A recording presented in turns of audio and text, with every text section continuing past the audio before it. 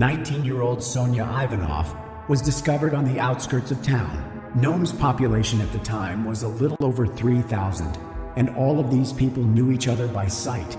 The terrible discovery made the locals wonder how well they knew their neighbors, friends, and colleagues. After all, perhaps the killer was one of them. Sonya Dora Nichuk Ivanov was born April 13, 1984, in Unalakleet, Alaska. She was one of 6 children of her parents and belonged to an indigenous population, namely the Inupiat, one of the Eskimo people. After graduating high school with honors, Sonya set her sights on college. After spending her life in a place with a harsh climate, she dreamed of moving to Hawaii, but for that, she needed money, which she decided to earn on her own. In 2002, Sonya left her native Unalakleet, where about 600 people lived, and moved to Nome. There, she got a job as a secretary at the local hospital and began saving for her dream trip to Hawaii. In the fall of 2003, Sonya was supposed to go to Hawaii, but all of her plans were ruined weeks before she left. After moving to Nome, Sonya began to live in the same room with her friend Tamer. On the evening of August 10, 2003, they went out together to meet their other friends. Shortly after 1 a.m., Sonya went home, while her friend and roommate Tamer decided to hang out with her friends some more. Since the residents of Nome knew each other, neither Sonya nor her friends were worried when she walked home. However, Tamer, upon returning home, found that Sonya was not in her room.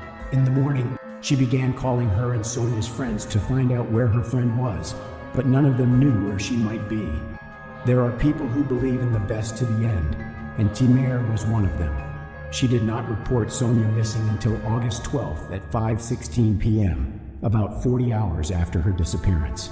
The police launched an investigation and examined Sonya's room, finding her valuables and some documents there, from which they concluded that the girl could not have simply left town. On August 13th, the search began, involving local police officers and volunteers. That same day, at 8:30 a.m., one of the search teams found Sonya's body near a gravel pit on the outskirts of the city. At the time, the local police office consisted of 8 people, a chief and 7 officers in different positions.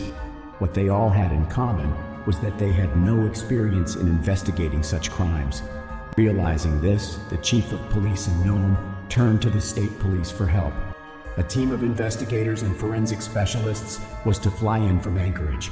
While waiting for her arrival, the local police were doing everything possible to keep the crime scene intact. The rain was coming, so they decided to cover the body with a tarp. A large number of photographs were taken beforehand in case the rain did destroy any possible evidence. On August 14th, officers from Anchorage arrived on the scene and immediately got to work. Sonya's body was naked. Except for the sock on her left foot, she was wearing nothing. No clothing or personal belongings of the girl could be found. During the initial examination, the forensic scientist found an entry wound from a bullet on the back of the head, which was hidden under the hair. After finishing work at the scene, the body was sent for an autopsy. During the forensic examination, it was determined that the cause of the girl's death was a bullet wound to the back of the head. Despite the fact that the body was naked, there were no signs that Sonya had had sexual intercourse before her death, nor did she have any defensive wounds. Given that the bullet removed from her head was fired at close range, her death looked more like an execution. While officers from Anchorage examined the evidence they received, local police interviewed Sonya's friends and colleagues, trying to figure out who might have wanted to harm her. However, this ultimately yielded no results, since the girl had no conflicts with anyone and could find common ground with everyone.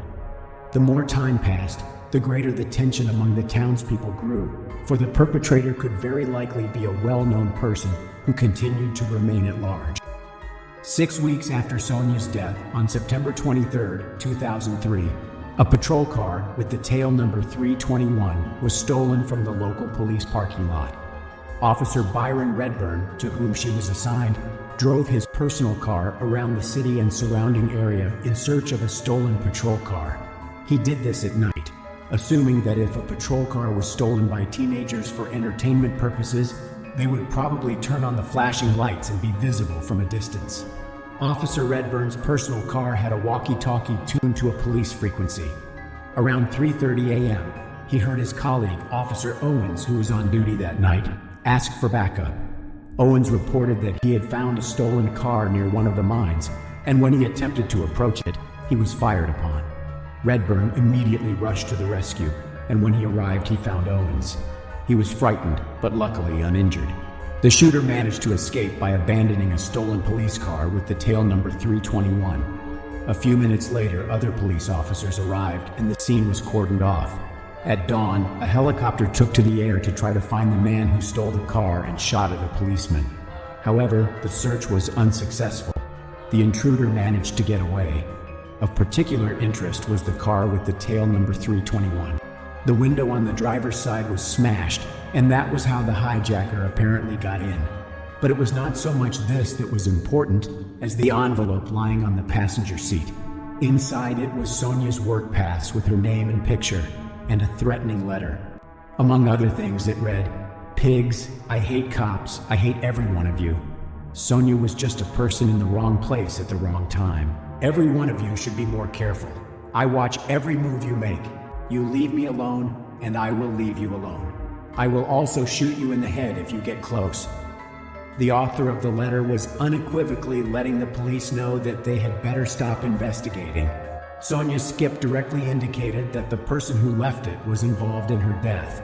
There were no fingerprints, no DNA, and no other evidence on the envelope. What had happened only reinforced the belief that someone in the community, whom everyone must know, was playing a double game. In such situations, people begin to lose confidence and become suspicious even of those closest to them. A threatening letter was found in a stolen police car on September 24th, 2003. Before we continue, we need to go back to the night Sonia went home alone. Around 2:30 a.m. on August 11th, 2003, two local residents, Florence Habros and her sister Danet, were sitting on the porch of their mother's house when they saw someone walk past them on the sidewalk. That person turned out to be Sonia. Danet was a senior in high school and knew Sonia because they both participated in a city league basketball game. Sonia walked past the sisters 5 yards away. They greeted each other, and Sonia walked on. A little farther away, a block away, a car stopped next to Sonia. It was an appropriately marked police squad car. The sisters watched as Sonia leaned into the car as the passenger side window slid down. After a few moments, she opened the door and sat inside, after which no one else saw her alive. On August 14th, city officials officially confirmed that the body found near the quarry belonged to Sonia Ivanov. Florence, 32, knew she had to report to the police that she and her sister had seen Sonia get into a police car that night. However, she feared that if she called the station, she would be talking to the same man who had driven the police car that night, and then she and her sister might suffer the same fate as Sonia. However, realizing that the perpetrator might escape punishment if she did not report what had happened, Florence called the police and told them everything. For the next 3 weeks, she was in a state of anxiety as no developments occurred. No one contacted or interviewed her, which only increased her distrust of the police. It was not until 3 weeks later that one of the investigators who flew in from Anchorage, studying the case file, discovered information about Florence's call. He immediately went to her home to take her statement. Why the woman had not been interviewed earlier was unclear. It was put down to a backlog of work and a mix-up with phone calls. The new information radically changed the course of the investigation, because now the traces led straight to the police station, where in addition to the chief, there were 7 other people working. All local police officers were removed from the investigation into Sonia's death.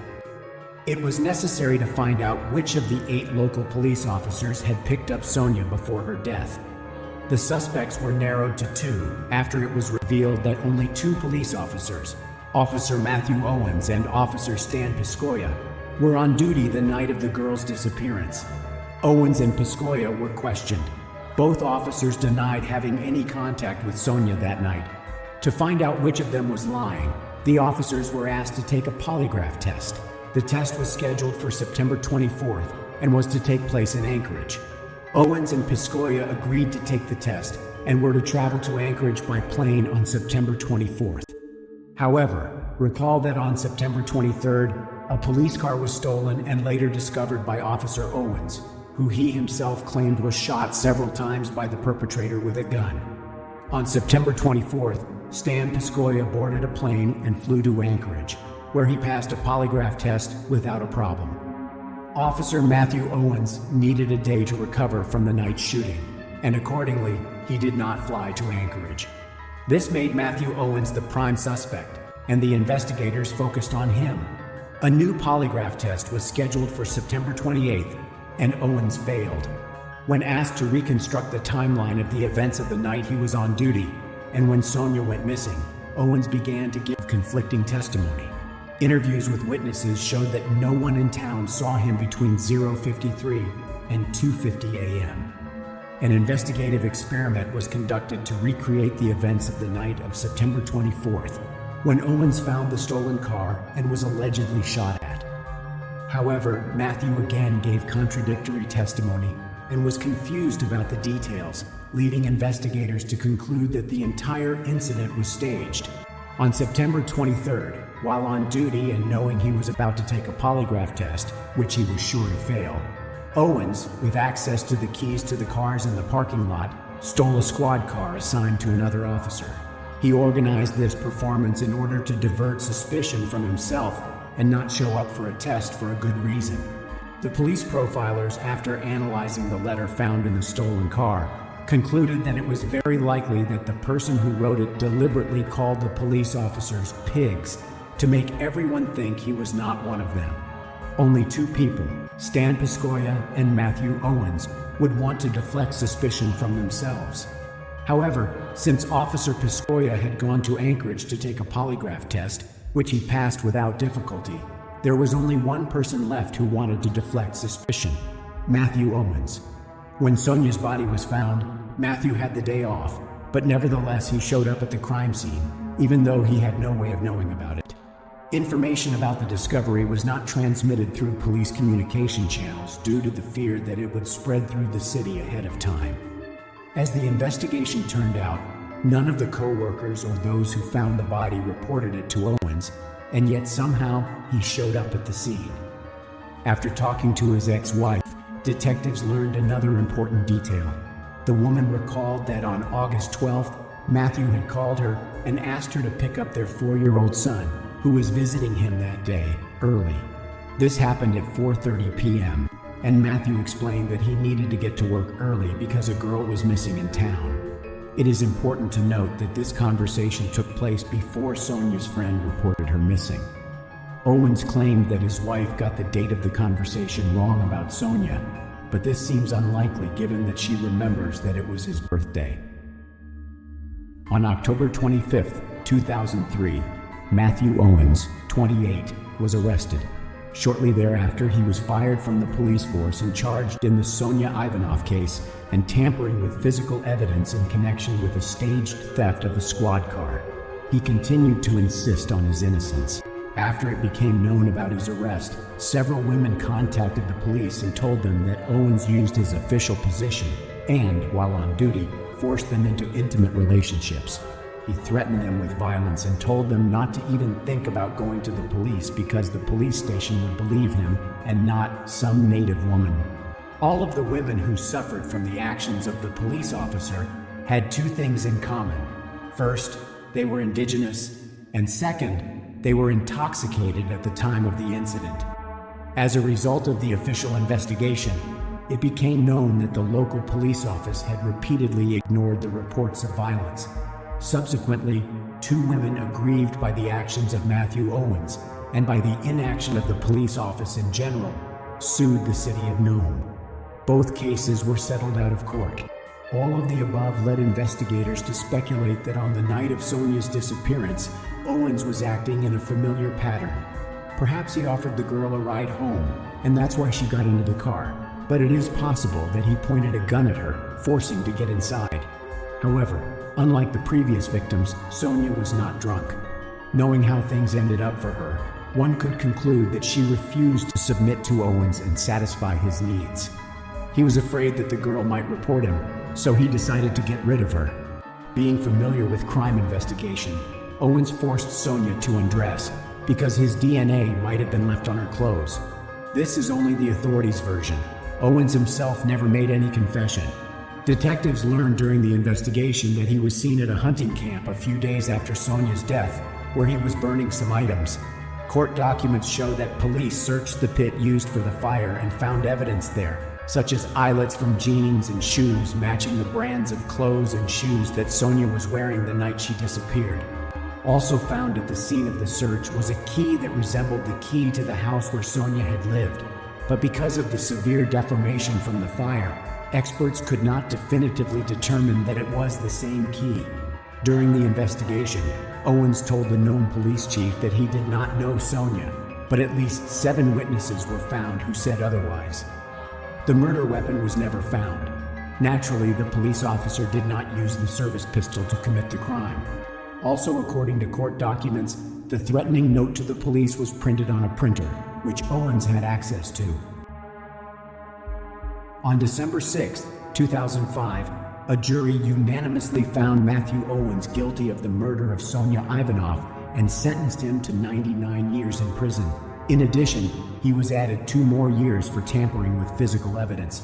After 34 years, he will be eligible to apply for parole. In 2007, the Alaska legislature signed the Sonia Ivanov Act, which provides for a maximum penalty of 99 years in prison for police officers who commit first-degree murder in the line of duty. Owens appealed repeatedly, but all his attempts to appeal the sentence were unsuccessful.